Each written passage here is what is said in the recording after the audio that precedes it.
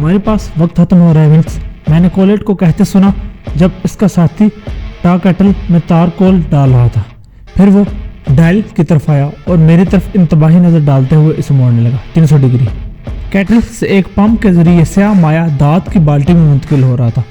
Vincent एक छोटे fibre glass brush को बाल्टी में डुबोकर बाहर निकाल रहा था और सीमेंट के फर्श पर ब्रश से टपकते कतरे तालाब की सूरत में जमा होने लगे। जल्दी करो, कोलेट ने अपनी घड़ी दोबारा चेक की। अमला जल्दी यहाँ आने वाला है। अमला इस तामीराती कंपनी का था जो अमेरिकी पेट्रोलियम प्रोड्यूसर्स के नए आलमी हेडक्वार्टर की तामीर कर रही थी। ये एक सनती तिजारती ग्रुप था जो अपने अराकीन के मंसूबों को फ़रोग़ देता था, तहफ़्फ़ुज़ फराहम करता था और फंड्स फराहम करता था, खासतौर पर वो जो इसके ख़जाने में मज़ीद इजाफा करते। कोलेट और विंसेंट मेरे साथ जो कर रहे हैं वो भी हर एक को तहफ़्फ़ुज़ात के ज़ुमरे में आता दिखाई देता है। विंसेंट ने ब्रश को दोबारा बाल्टी में डुबोया और तार कोल को ज़मीन पर गिरने से रोकने के लिए ब्रश को ज़रा सा घुमाया। मैं इस गोदाम के अंदर एक दांत की मेज़ पर इसे अपनी तरफ बढ़ता देख रही थी। अपनी कलाइयों और टहनों को इस नुकीली रस्सी की गांठों से आज़ाद कराने की कोशिश में मेरी जिल्द छिल गई, मगर इनकी सख्ती में कोई फर्क ना पड़ा। विंसेंट ने मेरे रेशमी ब्लाउज को ऊपर सरकाया और ब्रश को मेरे पेट से चंद इंच ऊपर पकड़कर अब सुस्त रफ्तारी से ब्रश से गिरने वाले गर्म पिघलते तार कोल को नीचे आता देख रहा था।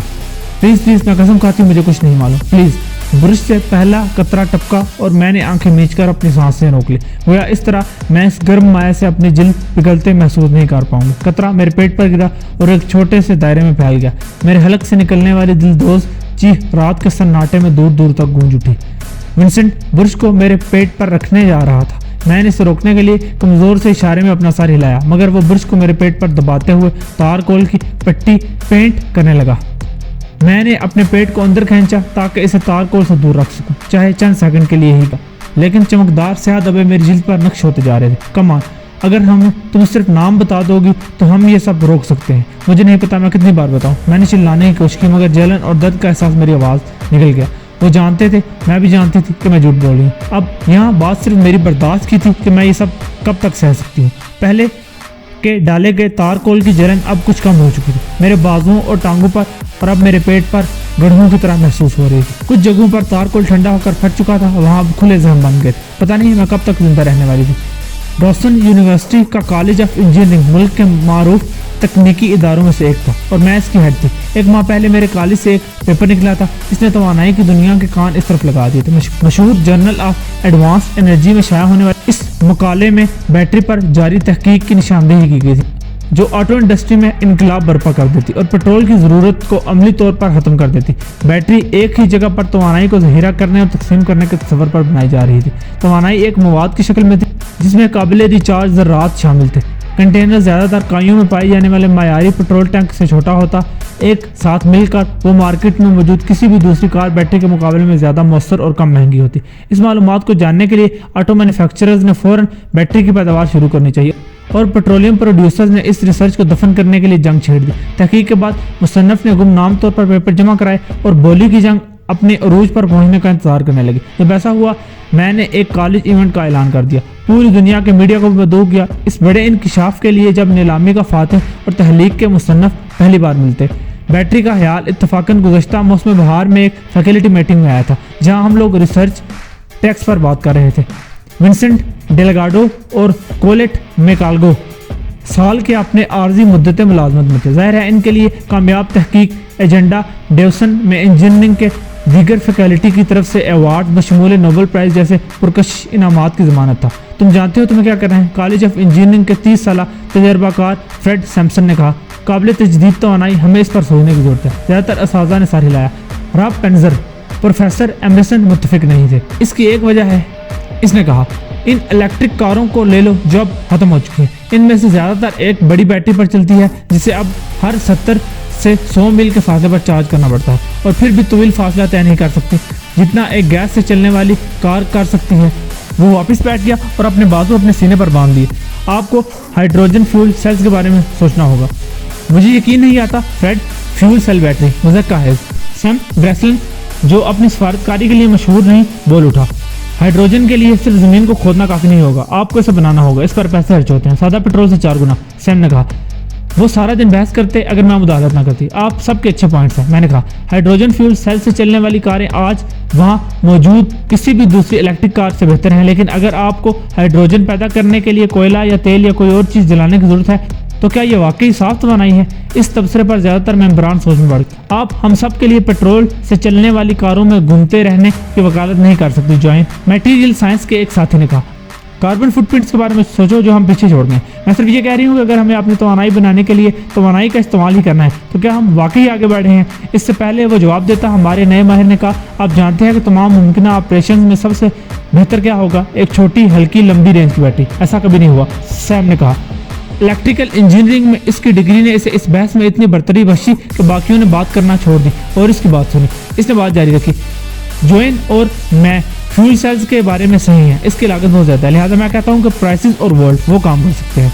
हाँ, अगर आप अपने अगले दरवाजे वाले पड़ोसी के घर तक जाना चाहते हैं तो फ्रेड अपने एतराज़ के साथ वापस कूद पड़ा। वाकई फिर तुम्हारा क्या हाल है नोबेल इनाम याफ्ता? सैम ने तंजिया नजरों से देखते हुए कहा मैं तो बस इतना जानता हूँ कि जो भी इस जादुई बैटरी के साथ आएगा वो बहुत अमीर होने वाला है। विंसेंट ने जो कहा इसकी तरफ किसी का ध्यान नहीं गया। वो कोई औरत भी हो सकती है। कोलेट ने पहली बार इस बहस में हिस्सा लेते हुए अपनी मौजूदगी का एहसास दिलाया। अगले साल वो मेरे पास आए, कुछ अकेले कुछ एक छोटे ग्रुप की सूरत में, नई बैटरी के बारे में ख्यालात के साथ। मेरा काम इन रिसर्च को फंड देना था। वो जो कुछ भी लेकर आए थे मेरे लिए काबिल अमल नहीं लग रहा। मुद्दत मुलाजमत वाले असातिज़ा हकदार और सुस्त थे। उन्होंने ताहयात रोजगार की गारंटी हासिल करने के लिए सख्त मेहनत की थी, इसलिए उन्होंने यहाँ मेहनत जारी रखने की जरूरत ना समझी। उन्होंने ये बात मुझ पर छोड़ दी कि आया इनका मनसूबा काबिल अमल है या नहीं। आखिरकार जब पेपर सामने आया तो कोई नहीं जानता था कि किसकी रिसर्च को फंडिंग मिली है, मेरे सिवा कोई नहीं। नए अमरीकी पेट्रोलियम प्रोड्यूसर के आलमी हेडक्वार्टर की तामीराती साइट डियाटसल से सोमबिल में एक मतरूक सनती पार्क में वाक़ थी, जो आबादी से इतनी दूर थी कि कोई मेरी चीखों पुकार नहीं सुन सकता था। जब विंसेंट और कोलेट मुझे वहां ले गए तो उन्होंने मेरी आंखों पर पट्टी बांधने या अपने चेहरा छुपाने की जहमत गवारा नहीं की। इसके बजाय उन्होंने मुझे पूरा मनसूबा बताया। जब लोग मुझे इस हाल में पाएंगे तो यही समझेंगे कि मैं पेट्रोलियम प्रोड्यूसर्स में से किसी ने मेरे साथ ऐसा किया है, क्योंकि मेरे कॉलेज की तहकीक पेट्रोलियम इंडस्ट्री को खतरे में डाल रही थी और इनकी मंतक खौफनाक थी और काम कर सकती थी। साइट की सरगर्मी खत्म होने के बाद वो मुझे आधी रात को लेकर वहाँ पहुंचे। तामीरात की बू मुझे सबसे पहले मुतासर करती है। ये जगह पूरे चांद और चंद हिफाजती लाइट से रोशन थी ताकि जानवरों और दीगर आवारा अफराद को मलबे से जख्मी होने से बचाया जा सके। जिस तरफ भी नजरें जाती टैंकरों, सीढ़ियों और आग बुझाने वाले आलात दिखाई देते। नीची छतों और नम जमीन के दरमियान लकीरें अगले दिन के काम शुरू होने का इंतजार कर रही थी। किनारों पर कीलों से जुड़ी परतदार चादरें कारकुनों की हिफाजत के लिए थी। साइट में दाखिल होना काफ़ी आसान था क्योंकि कोई रुकावट नहीं लगाई गई थी। वो जगह वीरान थी और वहाँ ऐसी कोई भी चीज़ नहीं थी जो चोरी करने के काबिल हो, जिसे आसानी से ले जाया जा सके। विंसेंट और कोलेट मुझे सीधे गोदाम में ले गए। इमारत के सेटअप और इसके अंदर मौजूद आलात से इनकी वाकफियत ने मुझे हैरान कर दिया कि वो कब से ये मनसूबा बना रहे थे। मैंने 3 साल पहले गार्नी मेलन और MIT में इनके PhD प्रोग्राम के अख्ताम पर इनकी खिदमत हासिल की थी और मुझे इनसे बहुत उम्मीदें थी। डॉसन में हर कोई अपनी ग्रेजुएशन क्लास में सबसे बेहतर था। हर कोई अपनी तहकीक के लिए बैनुल-अक़वामी सतह पर जाना चाहता था। विंसेंट और कोलेट भी इन्हीं चीज़ों में लग गए। सबसे पहले उन्होंने कोलिन्स के साथ मुकाले लिखने की कोशिश की, लेकिन लीड करने के इनके असरार ने दूसरे मेंबर्स को भड़का दिया। उन्होंने कमेटी के काम से गुरेज किया, ये दावा करते हुए कि इससे इन्हें रिसर्च के लिए वक्त नहीं मिलता। आर्ट्स एंड साइंसेज के लोगों को इसके बारे में फिक्र करने दो। उन्होंने कहा ये जानते हुए भी कि एक टेक्निकल इंस्टीट्यूशन में इंजीनियर्स की हुकूमत होती है, जब काफ़ी वक्त तक इनकी रिसर्च बाहर नहीं आती, तो उन्होंने खुद को टीचिंग में जोड़ दिया। उन्होंने आसान ग्रेडर्स बनकर ऐसे तलबात को A ग्रेड दिए जिन्हें ग्रेजुएट प्रोग्रामों के लिए दरखास्त देने पर इनकी ज़रूरत होती, लेकिन ये तहकीक, खिदमत और तदरीस के सैरूही निज़ाम का सिर्फ एक हिस्सा था जिसमें रिसर्च के लिए कोई जगह नहीं थी। जॉइन, हमें आपकी मदद की ज़रूरत है, विंसेंट ने कहा जब वो फैकल्टी मीटिंग के चंद दिन बाद मुझसे मिलने के लिए आया।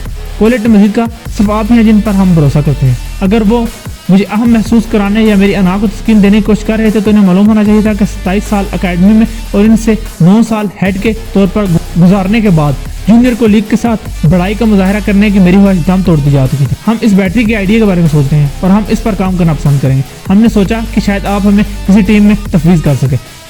इन्वायरमेंटल इंजीनियरिंग में इनके पस मंज़र को देखते हुए वो बैटरी पर काम करने वाली किसी प्रोजेक्ट टीम में, जिसके लिए इंजीनियरिंग के मुख्तलिफ किस्म के इल्म की ज़रूरत होती थी, एक बेकार पुर्जे से ज़्यादा कुछ न होते, शायद फ्रेड या सैम के साथ। लेकिन इनमें से किसी को विंसेंट और कोलेट के साथ काम करने पर मजबूर नहीं कर सकती थी।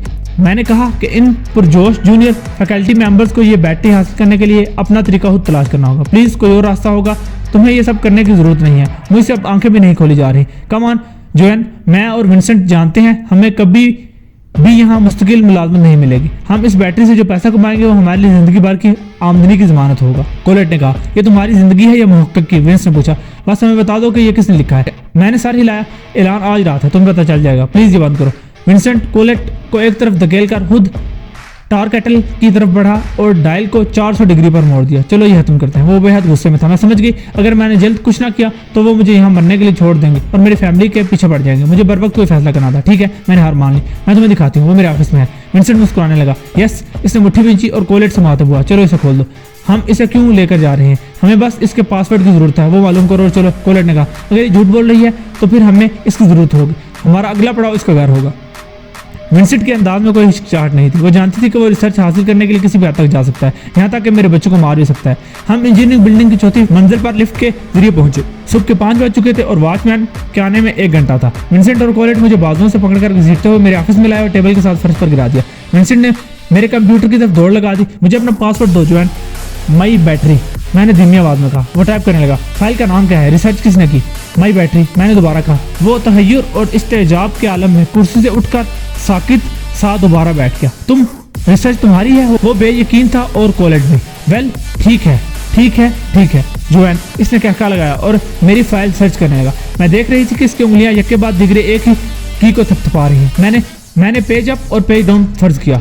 मैं इसे देख नहीं पा रहा। इसका चेहरा गुस्से से सुर हो गया। इसने पलट कर मुझ पर हमला कर दिया। ये कहाँ है जोएन? हमें बताओ या हम तुम्हारे शोहर और बच्चों के पीछे पड़ जाए। मेरा वजूद सुन पड़ता जा रहा था, यहाँ तक कि मैं जलते हुए जख्मों की अजियत भी महसूस नहीं कर पा रही थी। आखिरकार मैंने अपनी तवानाई के साथ विंसेंट का हाथ पकड़ा और अपने सीने पर दबाया, वो जगह जहां इसने आखिरी बार मेरे जिस्म पर तारकोल डाला था। मेरे लिए बहुत देर हो चुकी है विंसेंट, लेकिन तुम मेरी फैमिली को कोई नुकसान नहीं पहुंचाओगे। इसने एक झटके से अपना हाथ छुड़ा लिया। तुम पागल हो। कोलेट का हाथ पकड़कर वो दरवाजे की तरफ भागा। वो गए और मैंने फर्श पर सर टिका दिया। मैं बस वो मंजर तस्वुर कर सकती जब वो दोनों मेरे घर पहुंचेंगे और इसे हाली पाएंगे। पीटर और बच्चे डायराट में होंगे, अमेरिकन मोटर्स किलोमेरिट के सीईओ से मिलने और जिंदगी भर के मुआहदे पर दस्तखत करने। पीटर ने मेरे घर पहुंचने का इंतजार किया और मेरे ना पहुंचने पर इसने मेरी रिसर्च लेकर वही किया जो हमारे लड़कों के लिए बेहतर था। पुलिस मेरी लाश को दरियाफ्त कर लेगी और जैसा कि विंसेंट और कोलेट ने सुबह बनाया था, अगर वो इब्तदाई तौर पर ये समझे भी कि ये पेट्रोलियम प्रोड्यूसर का काम है, मगर जब इन्हें विंसेंट की उंगलियों के निशानात मेरे सीने पर तारकोल में दबे हुए मिलेंगे तो इन्हें हकीकत का पता चल जाएगा। डूबती नब्ज के साथ ये सब बातें मेरे जहन में चकरा रही थी।